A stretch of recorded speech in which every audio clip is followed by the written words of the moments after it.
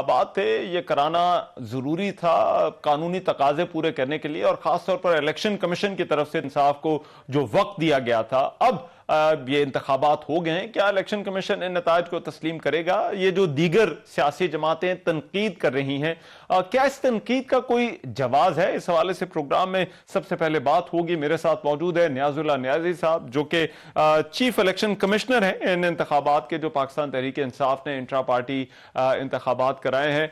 बहुत शुक्रिया नियाजुल्लाह नियाजी साहब। नियाजुल्लाह नियाजी साहब, सबसे पहले तो ये फरमाइएगा, ये जो दीगर जमातों की तनकीद हो रही है, आज हमने देखा आपके इंतखाबात के बाद, इस तनकीद को आप किस तरह से देखते हैं? क्या इसका जवाब है? बिस्मिल्लाहिर्रहमानिर्रहीम। मुझे तो ये तनकीद सुन के हैरानगी हो रही है कि वो जमातें भी तनकीद कर रही हैं जो इंटर पार्टी इलेक्शन तो करवाती भी नहीं है और जनरल इलेक्शन में भी धांधली करती हैं और हमेशा से उनके ऊपर रिगिंग के इल्जाम आते हैं और सामने करती हैं। जहां तक इंटर पार्टी का ताल्लुक है कि इंटर पार्टी इलेक्शन में तमाम पार्टियां, आप इलेक्शन कमीशन वालों को सामने लें कि इलेक्शन कमीशन में इन्होंने सफेद पेपर्स के ऊपर अनअपोज लिख के दिया हुआ है। ये वाहिद पार्टी है पाकिस्तान तहरीक इंसाफ जो एक इलेक्शन करवाती है, एक रूल्स के तहत कराती है, एक कॉन्स्टिट्यूशन है। और इंटर पार्टी इलेक्शन हर दफा तहरीक इंसाफ ने कराए हैं। 2009 में भी कराए हैं, 2012 में भी कराए हैं और अभी भी कराए हैं। अभी आपने सही फरमाया कि 23 नवंबर 2023 को जो फैसला है इलेक्शन कमीशन का, उसमें हमें 20 दिन दिए गए और ये देखें कि इस 20 दिन में आगे जनरल इलेक्शन 8 फरवरी को आ रहे हैं और उसमें इलेक्शन कमीशन इस नेक्स्ट वीक में शेड्यूल दे रहा है। तो आपको इस फैसले में ये चीज सामने मद्देनजर रखनी चाहिए कि एक पार्टी जिसको हर तरीके से तोड़ा जा रहा है, उसके अंदर पार्टियां बनाई जा रही हैं और उसमें जो इंट्रा पार्टी इलेक्शन है जिसमें माइनस इरेगुलरिटी की वजह से हमें 20 दिन का टाइम दिया, उस 20 दिन में मैंने कॉन्स्टिट्यूशन को और अपने रूल्स जो थे 2020 उसको मद्देनजर रखते हुए शेड्यूल जारी किया और उस शेड्यूल में मैंने रिटर्निंग ऑफिसर्स अपॉइंट किए और जो तमाम सूबों को रिटर्निंग ऑफिसर थे और सेंटर के थे। नॉमिनेशन पेपर 9 बजे से लेकर 3 बजे तक आए और तमाम नॉमिनेशन पेपर्स की वेरिफिकेशन हुई, स्क्रूटनी हुई और अगर कोई उसके ऊपर ऑब्जेक्शन होता तो वो ऑब्जेक्शन भी उन्होंने उसको सुनना था। अगर एग्रीड पार्टी होती तो मुझे अपील करती। ये तमाम प्रोसेस जो है ये कल सारा दिन 9 बजे से लेकर 3 बजे तक हुआ। उसके बाद जब रिटर्निंग ऑफिसर के पास, क्योंकि अगर वन पैनल होगा तो वो रिटर्निंग ऑफिसर डिक्लेरेशन मेरे पास सबमिट करेंगे इलेक्शन कमिश्नर को, तो मैं उसके ऊपर उस डिक्लेरेशन को उस पर रेजोल्यूशन पास करूंगा और आज हमने वो 2 तारीख को उस पर रेजोल्यूशन, क्योंकि एक सिंगल पैनल आया और उसमें तमाम प्रोविंसेस के जितने कैंडिडेट थे, क्योंकि प्रोविंसेस के साथ पूरे पैनल हैं, तो वो तमाम पैनल्स के कैंडिडेट्स का इलेक्शन जो था आज हमने रिजल्ट अनाउंस कर दिया। इसमें जो कहते हैं, जो कह रहे थे, जो मैं सुन रहा था कि हमारी उनसे पूछें कि अपनी पार्टी पाकिस्तान पीपल्स पार्टी या नून लीग कभी इलेक्शन करवाया है?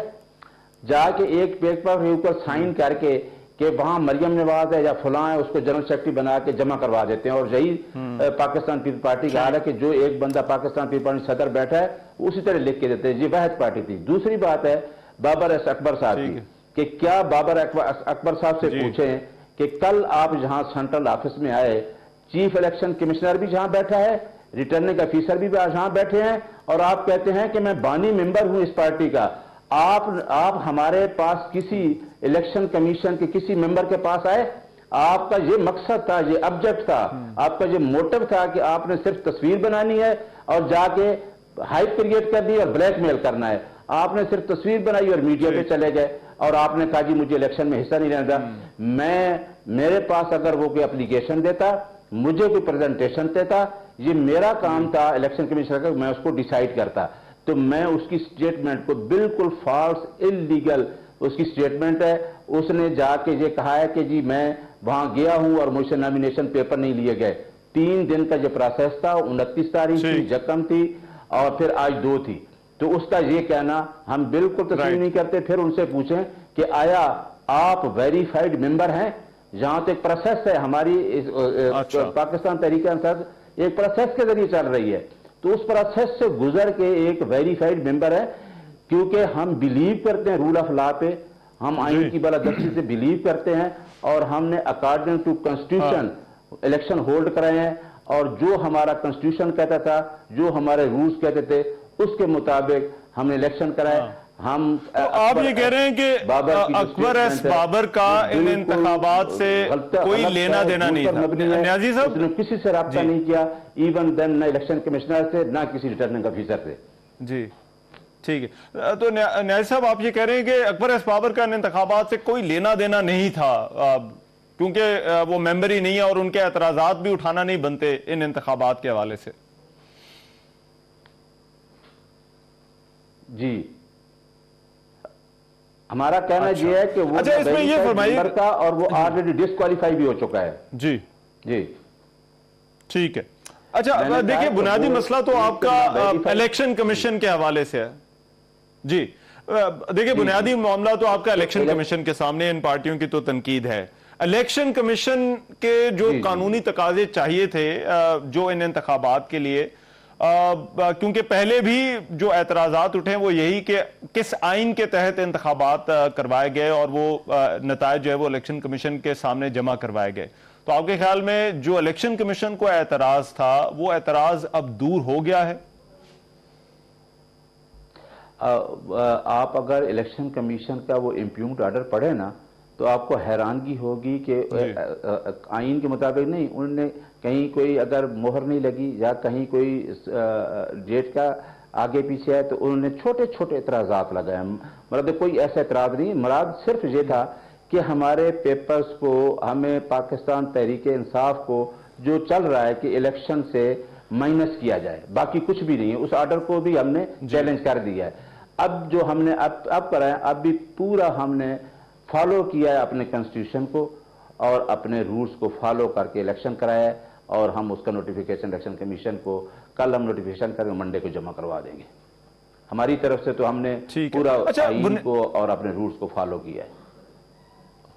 अच्छा, और जो एतराजात हैं वो ज्यादा उनके तरीक़ाकार के हवाले से हैं। मरियम औरंगजेब ने कहा कि तजवीज़ कुनिंदा और तायीद कुनिंदा ही मौजूद नहीं थे। तो तरीक़ाकार के हवाले से तो आपको नहीं लगता कि कोई जब ये नतायज आप इलेक्शन कमीशन के पास लेकर जाएंगे तो वहां को मुश्किल बन सकती है? देखिए सर, मेरा ख्याल है कि मरियम औरंगजेब ने जो बात किया है ना, उसने तो, मैंने आपको बताया ना, 2 तो एक सफेद पेपर, उनको तो पता ही नहीं है। हमारा आके नॉमिनेशन पेपर देखें, और कल शुक्र है कि बाबर अकबर जहां आए हैं, उसने खुद कहा कि वहां मुझे केपीके के लोग भी मिले हैं, बलूचिस्तान के भी मिले हैं, पंजाब के भी।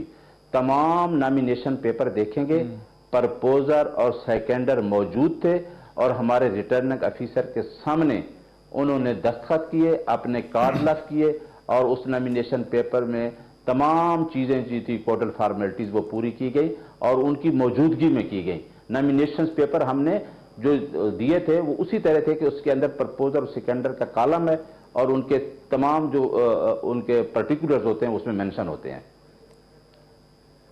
बाकी तहरीक अकबर एस बाबर ने जी आप जी जी जी आप कर लीजिए। तहरीक इंसाफ को तो मैं ये कहना चाहता हूं कि तहरीक इंसाफ को अगर किसी तरीके से टेक्निकल बेस पे अगर कोई करना चाहे, तो हम उसकी जंग लड़ रहे हैं लीगल, और इंशाल्लाह लड़ेंगे। और इस प्रोसेस के अंदर हम, क्योंकि जमहूरियत पे यकीन रखते हैं, आइन की बालादस्ती पे यकीन रखते हैं, और हम जिस तरीके से स्टेट इस मुश्किलात से गुजर रही है, हम चाहते हैं कि जमहूरियत बचे और जमहूरियत प्रोसेस आगे चले।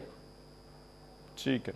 अच्छा ये फरमाइएगा, अकबर एस बाबर ने अब कहा है कि वो इनको चैलेंज करेंगे इंतखाबात को, क्या ये कोई मुश्किल हो सकती है पार्टी के लिए?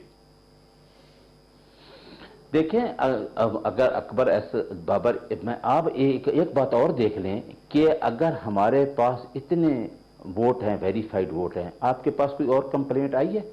यही अकबर एस बाबर ये जो हर मीडिया पे जाके कंप्लेंट कर रहा है, अभी तो और तो कोई नहीं आया कंप्लेंट लेके, तो वो तो पार्टी के साथ ऑलरेडी एग्रीव्ड है, उसके केसेस चल रहे हैं, उसने तो करनी है। तो हमें तो पूरा है कि हमने तो इलेक्शन कमीशन के मुताबिक जो 20 डेज हमने अपने election according to procedure rules को फॉलो करके करवा के सारी चीजें हम उस इलेक्शन कमीशन में नोटिफिकेशन जमा करवा देंगे। अगर अकबर एस बाबर चैलेंज करता है और तो एक लीगल बैटल है, वो हमारी टीम भी देखेगी। जी अच्छा, तो जब इलेक्शन कमीशन में आप नतायज को जमा करवा देंगे, ये भी मुतालबा किया गया है पाकिस्तान पीपल्स पार्टी की तरफ से कि इलेक्शन कमीशन ही इन इंतखाबात का नोटिस ले ले, तो इलेक्शन कमीशन की जो जांच पड़ताल है, क्या उसमें आपको लग सकता है कि कोई मुश्किल हो सकती है पार्टी के लिए? नहीं, मेरा ख्याल है हमारे लिए कोई मुश्किल नहीं हो सकती। अगर पाकिस्तान पीपल्स पार्टी ये कहती है ना, तो उनको तो अपने इलेक्शन देखने चाहिए कि आया वो इंट्रा पार्टी इलेक्शन के उनके कोई रूल्स हैं, वो किस तरह के इलेक्शन करते हैं। वो तो हर दफा लिख के देते हैं कि ये हमारा अनअपोज्ड सदर है, एक सफेद पेपर के ऊपर। तो हमें कोई खतरा नहीं है, क्योंकि मैंने बता दिया ना कि हम रूल ऑफ लॉ पे बिलीव करते हैं। हमने अपने कॉन्स्टिट्यूशन को, अपने रूल्स को प्रॉपरली फॉलो करके डिक्लेयर किया है अपने कैंडिडेट्स को। अच्छा, ठीक है। और आपको लगता है कि जो कानूनी तकाजे थे, बैट का निशान, बल्ले का निशान रखने के लिए पार्टी के इलेक्शन कमीशन की तरफ से जो एतराजात उठाए गए थे, वो अब तमाम दूर हो गए हैं और अब पार्टी पूरी तरह से अहल है इंतखाबात में हिस्सा लेने के लिए भी और अपना वही इंतखाबी निशान रखने के लिए भी? इंशाअल्लाह हमें पूरी उम्मीद है कि हमारी तहरीक इंसाफ अपने इसी बल्ले के निशान पे इलेक्शन लड़ेगी, क्योंकि हमने वो तमाम जो लीगल फलास थे वो पूरे कर दिए। और अगर आप देखें कि जिस तरीके से मेला फैली चीज़ें हो रही हैं, तो उसके लिए तो हम कुछ नहीं कह सकते, लेकिन हमें, क्योंकि एक पार्टी है और एक पार्टी 96 से वजूद में आ रही है और इलेक्शन लड़ रही है, और वो पार्टी जो इंसाफ की बात करती है, जस्टिस की बात करती है, जमहूरियत की बात करती है और मुल्क को आगे लेके जाने की बात करती है, स्टेट और उसके आर्जन को मुतहद रखने की बात करती है, रूल ऑफ लॉ की बात करती है, सुपरमेसी ऑफ कॉन्स्टिट्यूशन की बात करती है, और जमहूरी हक को, जमहूरियत को कायम रखने के लिए हर पार्टी को मौका देना चाहिए। और इस पार्टी के ऊपर तो कोई ऐसा इतराज़ नहीं है कि ये पार्टी बल्ले के निशान पे इलेक्शन ना लड़ सके। ठीक है। और लास्टली न्याय साहब, ये बता दीजिएगा, ये कब तक नतायज आप इलेक्शन कमीशन को पहुंचा देंगे और फिर इलेक्शन कमीशन कब तक तवक्को करते हैं कि नोटिफाई कर देगा? देखिए, हमारे शेड्यूल के मुताबिक कल हमने नोटिफाई, 3 तारीख है, हमने इलेक्शन का रिजल्ट आज अनाउंस कर दिया है। कल हम नोटिफाई कर देंगे और इंशाल्लाह मंडे को हम इलेक्शन कमीशन में